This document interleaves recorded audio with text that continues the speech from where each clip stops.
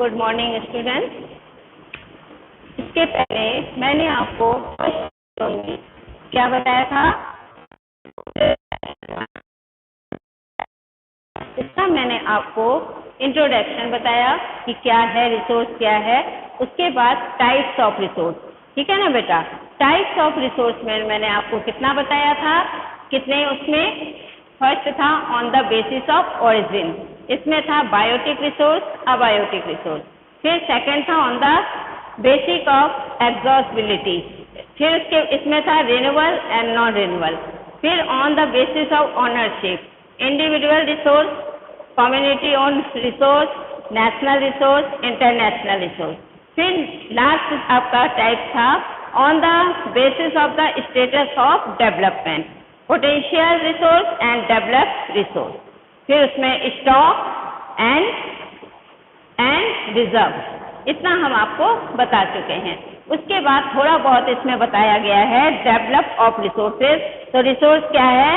ये एक resources are vital for human survival as well as for maintaining the quality of life. It was believe that the resources are free gift of nature.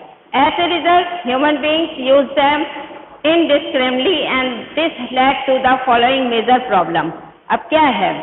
Development of resource है कि किस तरह से जो ये resources है, स्रोत है, इनका किस तरह से डेवलप किया जाए, कैसे इसमें उन्नत किया जाए। तो मनुष्य के हाथ में जब ये इसका जाता है, पहले तो ये सोचा गया कि सब ये विश्वास करते हैं कि ये क्या है, एक फ्री गिफ्ट ऑफ नेचर है ना, नेचर का फ्री गिफ्ट है। अब इसका रिजल्ट ये हुआ कि ह्यूमन बीइंग यूज देम, क्या है, इनडिस्क्रिमिनेटली, माने अव्यवस्थित ढंग से। जो ह्यूमन बीइंग्स है वो इसको रिसोर्स को बहुत अव्यवस्थित रूप से उपयोग करता है और इसके लिए कुछ प्रॉब्लम आ जाते हैं, जैसे depletion of the resource for satisfying the greed of few individuals, माने निजी स्रोत, इंडिविजुअल्स निजी स्रोत के खालीपन को कुछ संतुष्टि देना रहता है। माने ज्यादा कुछ इसमें लोग इसको सोचते नहीं है कि इस रिसोर्स का किस तरह से उपयोग किया जाए, बस वो सोचते हैं कि हाँ चलो इसकी थोड़ी सी जरूरत है, कुछ इसका कर लेते हैं, बाकी देखा जाएगा। तो इस तरह से उसका सही उपयोग नहीं करते हैं। फिर accumulation of the resource in few hand which in turn divided the society into two segments, have and have not or rich and poor। अब अनुपलब्ध, एक्यूमुलेशन माने अनुपलब्ध ऑफ रिसोर्स, माने कुछ लोगों के पास जो है, कुछ के हाथ में जब ये रिसोर्सेज चले जाते हैं, जिसको क्या है कि ठीक ढंग से जो सोसाइटी उसको डिवाइड नहीं कर सकता है कि किसके पास कौन सा रिसोर्स जाना चाहिए और किसका किस ढंग से उपयोग करना चाहिए। हर चीज का ऐसा नहीं होता है कि हाँ ये चीज है, इसको चलो ऐसे कर लेते हैं, देखा जाएगा, ऐसे नहीं है। हर चीज का एक नियम होता है कि किस तरह से हम उसको उपयोग करें। तो कुछ लोगों के ऐसे हाथ में ये रिसोर्स चले जाते हैं कि उसका गलत उपयोग करते हैं, जैसे क्या बताया, नोट है ना, आपके पैसे जो हैं वो गलत ढंग से लोग उपयोग करते हैं, कभी रिश्वत में दे देते हैं, कभी उसको गलत काम में यूज करते हैं, तो गलत उपयोग हुआ ना उसका। तो ये है रिसोर्स का जो कुछ गलत उपयोग हो जाता है। फिर indiscriminate exploitation of resource has led to global ecological crisis such as global warming, ozone layer depletion, environmental pollution and land degradation। अब क्या कह रहे हैं कि indiscriminate exploitation माने स्रोतों का अव्यवस्थित ढंग से उपयोग करने से जो ग्लोबल में आए दिन ये घटनाएं होती रहती हैं, कभी बहुत गर्मी, कभी बरसात, कभी कुछ पॉल्यूशन का दिक्कत, माने कुछ ना कुछ जो ये होता है, इसका मेन परिणाम यही होता है कि उसका अव्यवस्थित ढंग से उपयोग किया जाता है, सही ढंग से उसका उपयोग नहीं किया जाता है। तो ये जो है गलत ढंग से उपयोग करने से भी क्या होता है, रिसोर्स की बर्बादी होती है। अब ये सब मेन थोड़ा बहुत मैंने इसको बताया है, इसका ज्यादा नहीं कि किस तरह से इसका उपयोग करना चाहिए। अब मेन आपका आता है जो रिसोर्स है वो कौन है, लैंड रिसोर्स। अब देखिए लैंड रिसोर्स जो है ये हमारे लिए सबसे मेन है, मुख्य है। हर काम हम लैंड से ही करते हैं, तो ये मुख्य है। वी लिव ऑन लैंड, है ना, हम लैंड में रहते हैं, पृथ्वी में रहते हैं। We perform our economic activities on land and we use it in different ways. हम अपनी जो जितनी आर्थिक गतिविधियां हैं, है ना, जो आर्थिक हमारे जैसे पैसे से रिलेटेड कुछ भी हमारे काम होते हैं, सब कहाँ पे होते हैं? इसी धरती पर होते हैं, है ना, यहीं पर हम करते हैं। और we use it in different ways, और इसको हम तरह तरह अलग अलग काम में यूज करते हैं इस लैंड का। Thus, land is a natural resource of utmost importance. It supports natural vegetation, wildlife, human life, economic activities, transport and communication system. है ना, इतने सब चीजों में क्योंकि ये नेचुरल रिसोर्स है, तो इसको हम क्या करते हैं, कई काम, और इसका हमारे जीवन में बहुत ज्यादा इम्पोर्टेंस है। ये किसमें सपोर्ट करता है? नेचुरल वेजिटेशन में, वाइल्ड लाइफ में, आपके जंगल, ह्यूमन लाइफ, मनुष्य की जिंदगी में, इकोनॉमिक एक्टिविटीज, हमारी गतिविधियों में, जो क्रिया आर्थिक गतिविधियां होती है उसमें, ट्रांसपोर्ट एंड कम्युनिकेशन, ठीक है ना, ट्रांसपोर्ट जो है उसका, और कम्युनिकेशन जो आपका समाचार वगैरह, ये सब इसी पृथ्वी के द्वारा ही सब कुछ होता है। However, land is an asset of the finite magnitude. Therefore, it is important to use the available land for various purpose with careful planning. इस तरह से क्या हम देखते हैं कि ये पृथ्वी जो है, ये लैंड जो है, हमारी मुख्य संपत्ति है, ठीक है ना, मुख्य संपत्ति है।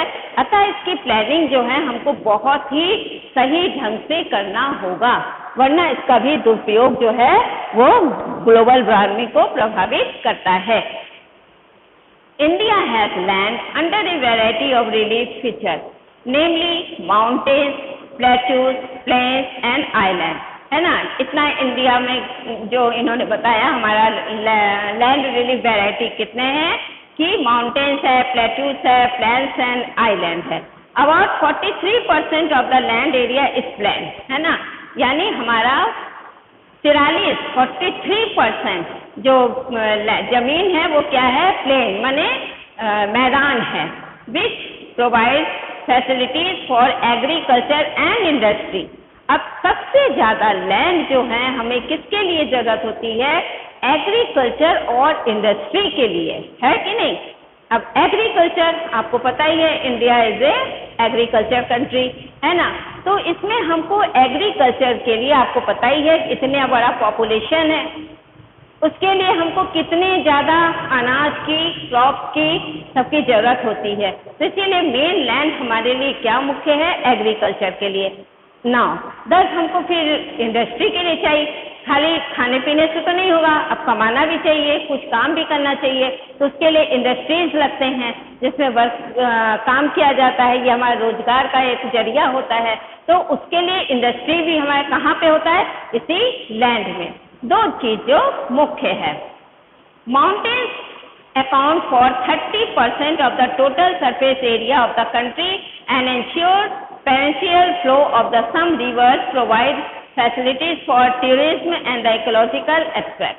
अब देखिए माउंटेन्स है, ये कह रहे 30% जो है एरिया का टोटल, ये हमारा लैंड एरिया है, और ये जो है कई रिवर्स इससे प्रभावित होते हैं। और दूसरी फैसिलिटी ये है कि हमारे जो टूरिज्म है, बाहर के जो देखने वाले आने वाले हैं, वो सब इससे क्या से प्रभावित होते हैं। अब माउंटेन एरिया में जैसे आपने देखा है, लोग अधिकतर समर वैकेशन या कोई और भी ओकेशन में वो कहाँ जाना चाहते हैं? माउंटेन हिल स्टेशन जाना चाहते हैं, जहाँ पर वो सोचते हैं कि हमारा जो है ये अच्छे से समय कटेगा। तो ये भी सरकार के लिए एक आर्थिक उसके लिए का वो है, जरिया है। About 27% of the area of the country is the plateau region. It possesses rich rivers of minerals, fossil fuels and forests. अब प्लेटूज में हमको क्या है, क्या मिलता है? रिवर्स, मिनरल्स और बाकी फ्यूल्स और फॉरेस्ट, ये सब बाकी उसमें लैंड में हमको हम पाते हैं। अब है लैंड यूटिलाइजेशन।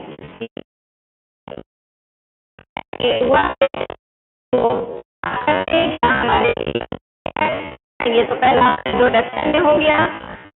अभी बताया कि किस तरह से जो है एक लैंड जो है वो कैसे काम आता है, और है क्या लैंड, ये सबको पता है, ये हो गया। अब है लैंड यूटिलाइजेशन का मेन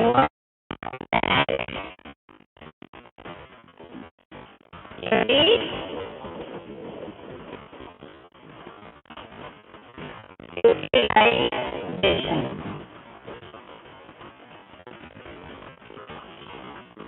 लैंड यूटिलाइजेशन, ठीक है, लैंड यूटिलाइजेशन, इस लैंड का किस तरह से हम उपयोग करते हैं। Land resources are use for the following purpose, है ना, किस पर्पज से हम इस लैंड का यूज करते हैं। फॉरेस्ट, मेन तो है फॉरेस्ट, ठीक है ना, और आपको पता है फॉरेस्ट से भी हमको कई नेचुरल थिंग्स मिलते हैं, और जैसे आजकल आपका एक सबसे बड़ी चीज है आयुर्वेदिक, है ना, तो हमारा ये आयुर्वेदिक की दवाएं ये जंगल से कई जड़ी बूटियों से, कई प्रकार के पेड़ पौधे ऐसे होते हैं जो हमको जंगल में ही प्राप्त होते हैं। माउंटेन एरिया में कई ऐसी जगह जंगल में जहाँ पे जाकर वो ऐसे पौधों को तलाश करते हैं। तो मेन इसका क्या है, फॉरेस्ट। फिर है land not available for cultivation, barren and waste land, जो माने जो कृषि के लिए हमारे लैंड की जरूरत होती है, उसमें कैसे लैंड की जरूरत होती है। Land not for cultivation, barren and the waste land, जो बंजर भूमि होती है, और जो वेस्ट लैंड होता है जिसका कोई मतलब बंजर की तरह ही वेस्ट लैंड होता है जिसका कोई उपयोग हम कृषि में कर नहीं पाते हैं, तो वो बेकार हो गया है। Land put to non agriculture uses, building, road, factory. अब कुछ लैंड हम किसमें यूज करते हैं, नॉन एग्रीकल्चर यूज, जैसे बिल्डिंग्स में, रोड में, फैक्ट्रीज में, ठीक है ना, इन सब में हम लैंड का उपयोग करते हैं। फिर अदर अनकल्टिवेटेड लैंड, कैसे, permanent pastures and grazing land. क्या है परमानेंट पास्चर, पास्चर मीन्स पशुओं का जो चारा होता है उसके लिए लैंड चाहिए। फिर ग्रेजिंग लैंड, पशुओं के चरने के लिए लैंड चाहिए जहाँ पे पशु जो है अपना चारा लेते हैं। Land under miscellaneous tree crop groves not included in net sown area, cultural waste and land in more than 5 agriculture areas. अब कुछ लैंड ऐसे होते हैं जो क्या दिखाते हैं, not include in the net sown area, माने जहाँ पे नेट जोन एरिया दिखाते हैं कि जहाँ पे हमारा जो है सारे थे यूटिलाइजेशन, ठीक है, ये लैंड का भी जो है यूटिलाइजेशन किस तरह से हम इसका उपयोग करें, कैसे हम इसका उपयोग करें। तो कई मैंने चीजें आपको बताई, जैसे फॉरेस्ट है, फिर land not available for cultivation, कि कौन से लैंड कल्टीवेशन के यूज नहीं होता है, और अदर अनकल्टिवेटेड लैंड, वो जैसे permanent pasture and grazing land, land under the miscellaneous tree crop growth not included in net sown area. ये नेट जोन एरिया में इसको वो नहीं करते, कौन सा लैंड, ट्री क्रॉप ग्रो। फिर कल्टिवेबल वेस्ट लैंड, जो left uncultivated for more than 5 agriculture year, माने 5 साल के लिए जो लैंड को, वेस्ट लैंड को छोड़ दिया जाता है, उसके बाद उसको यूज किया जाता है। फिर fallow land, fallow land left without cultivation for 1 और लेस देन 1 एग्रीकल्चर ईयर, माने ऐसा लैंड जो कि बिल्कुल से तुरंत मतलब छोड़ा गया, लेकिन फिर उसको हम 1 साल के लिए उसको चेंज करके फिर दूसरा, जैसे हमने आपको बताया था कि लैंड में एक जमीन में एक ही फसल जो है लगातार होने से उसकी उपजाऊ शक्ति खराब हो जाती है, तो इसके लिए क्या करते हैं, फिर 1 साल बाद उसमें फिर दूसरा फसल जो है क्रॉप लगाया जाता है। Other than current fallow left uncultivated for past 1 to 5 agriculture year, और दूसरे कुछ लैंड ऐसे होते हैं जिसको छोड़ दिया जाता है 1 से 5 साल के अंदर, फिर उसमें कल्टीवेटेड मतलब दूसरी चीज जो है उसमें काम किया जाता है, उसके बाद फिर 1-5 साल बाद उसमें एग्रीकल्चर का काम किया जाता है। ये आज आपको इतना मैंने बताया है लैंड यूटिलाइजेशन और लैंड रिसोर्स, ठीक है बेटा। इतना करने के बाद अब जो उसके बाद आपका टॉपिक आएगा land use pattern in India, तो इसको थोड़ा हम बहुत विस्तृत रूप से बताएंगे, इसलिए आज इतना ही आपको हम बता रहे हैं। ओके बेटा, थैंक यू।